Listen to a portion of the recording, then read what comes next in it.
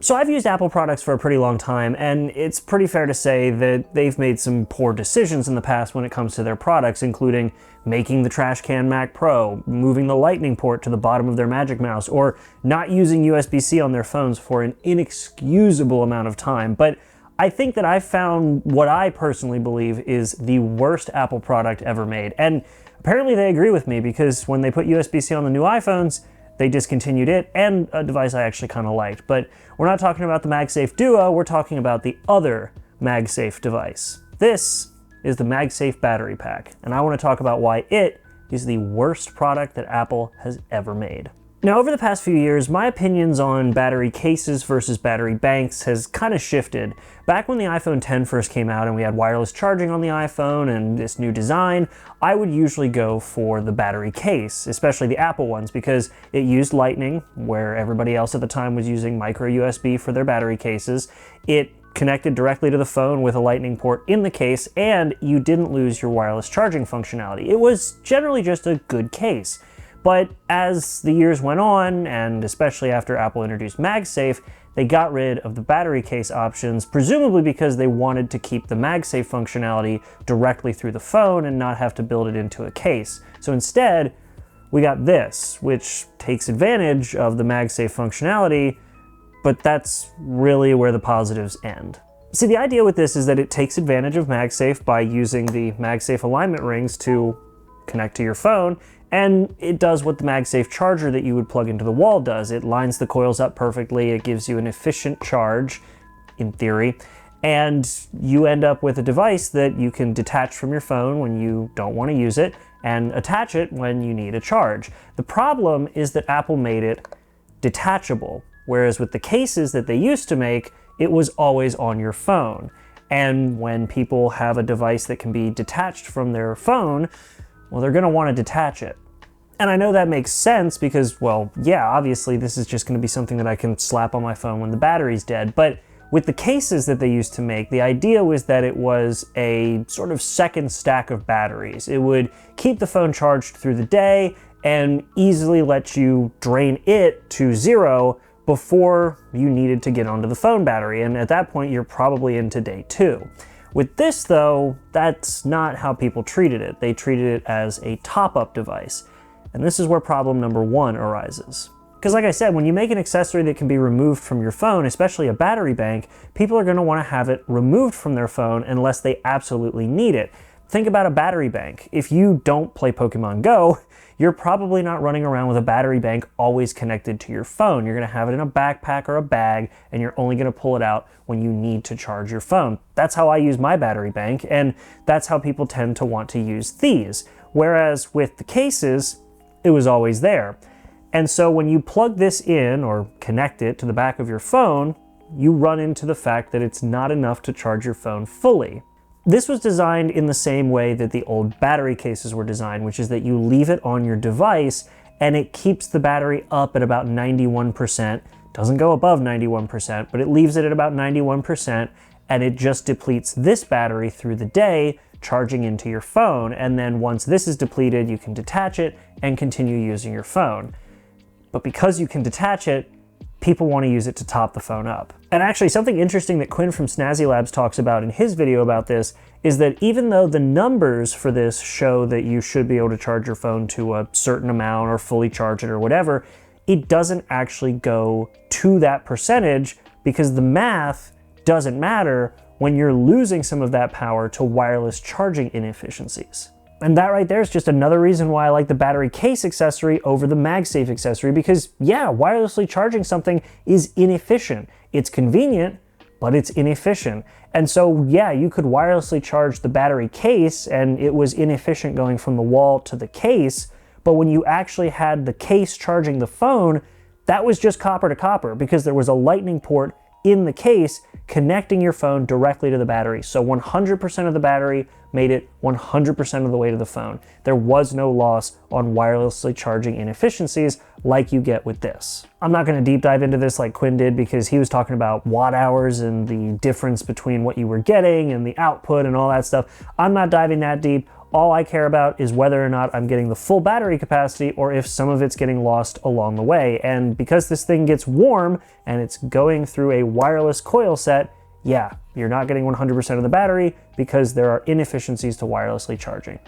And while we're on the topic of wireless charging, the second thing that drives me nuts with this thing is how it charges. Not just because it charges through Lightning, but also because it shows off a feature that the iPhone only has for this that I wish it had for so many other things. But before that, just charging in general. It charges through Lightning, which at the time Lightning hadn't been removed from the iPhone yet, so sure. But it's also kind of just weird that it can charge your phone as a wireless charger that's slower than MagSafe. And it's not because the battery itself is still charging, because it prioritizes charging the phone first, and then it will charge the battery, which also sucks because I've had a couple times where I go to charge this thing and it's been sitting on the back of my phone. My phone's been close to full, but not completely full, and it focuses on charging the phone first, and so I pick this up and it has still almost no charge in it. It's really dumb.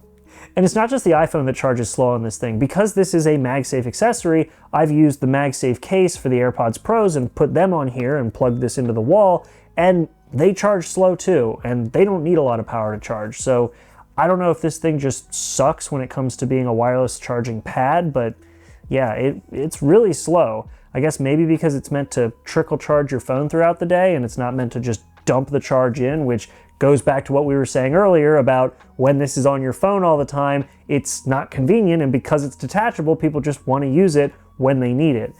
It's all a circle, and it's all stupid. And just real quick, going back to the Lightning port that charges this thing, next to it is a very ambiguous charge indicator. And I say it's ambiguous because it's amber most of the time when it's charging and it's not full, if it's charging another device and it's not full and the device itself is still charging, and pretty much anything else. But occasionally it turns green, and green's pretty universal that it's just fully charged. So that part makes sense. But everything else is amber, and it doesn't flash codes or anything, it just turns amber. And even Apple's website doesn't really indicate what it is. It's really dumb. But now getting to the other part of the charging experience that really irritates me because it shows off an iPhone feature that we can't actually use for anything else. When you charge this thing, you can charge it this way. Device plugged in and it's charging the phone and itself. This is what I was talking about, how it's a terrible wireless charging mat because it's very slow, but this is an option.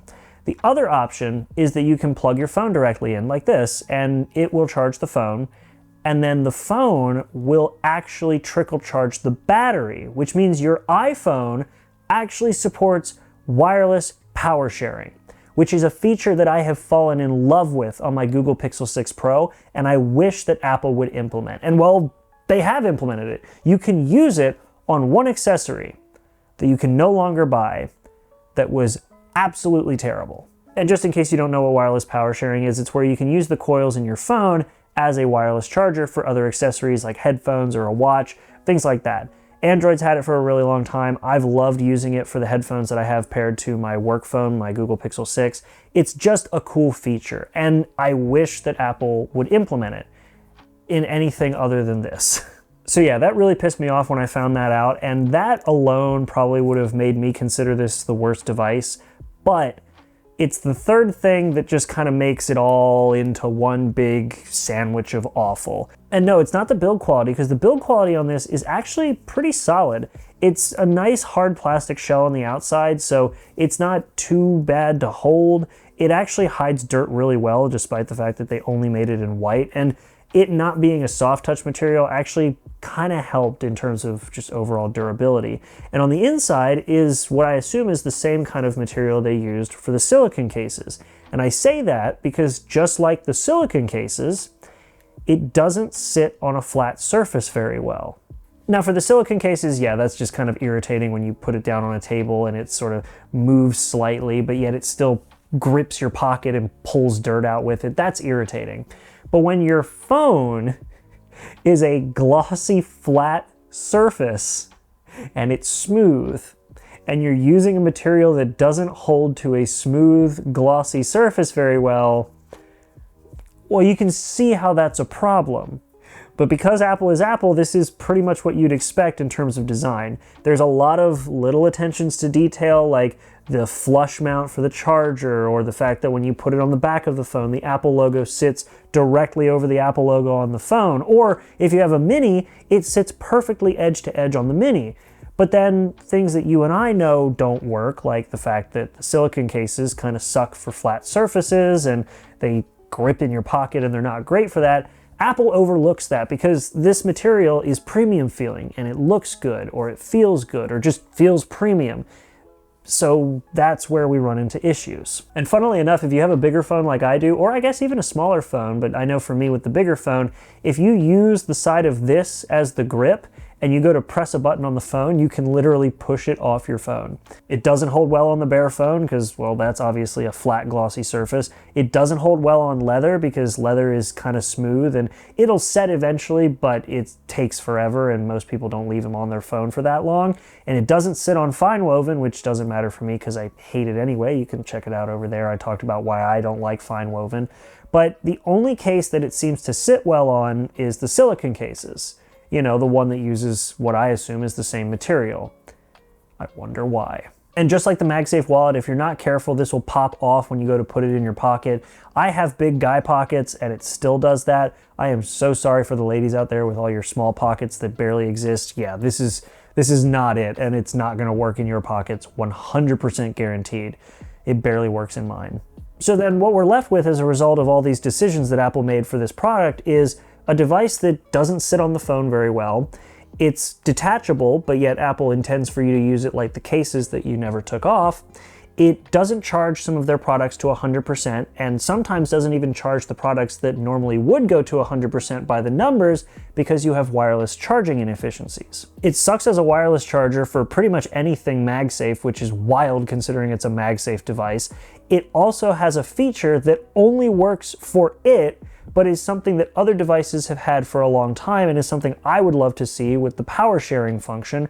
And it's made of material that is premium, but yet has all the problems you would expect from the premium materials that have been used in other accessories that also don't work. So basically the point of this video is to present to you all my reasons for this being the worst product that Apple has ever made. And yes, I'm putting that above the 20th anniversary Mac, the Mac Pro, the flipped over mouse with the lightning port on the bottom, and the lightning port itself. This is, in my opinion, the worst product that Apple has ever made. I mean, it has lightning on it, so I mean, it has to be the worst product Apple's ever made, but no, all those things together, this is the worst product Apple's ever made. I am actually curious though to see if anybody disagrees with me. If you do, go ahead and leave a comment. I would love to see your reasoning and your opinions behind that. Obviously, I have some pretty strong opinions on it, but I'd love to hear yours, so go ahead and leave a comment. That goes for everybody else as well. Go ahead and leave some comments. I try to read all of them. Hopefully you all enjoyed this video. If you did, definitely make sure to give it a like. If you want to see more like it, definitely make sure to subscribe so you don't miss it. And again, I want to see your thoughts, so go ahead and leave some comments, and thank you all for being here. I will see you all in the next video. Make sure to be there, and have a good one.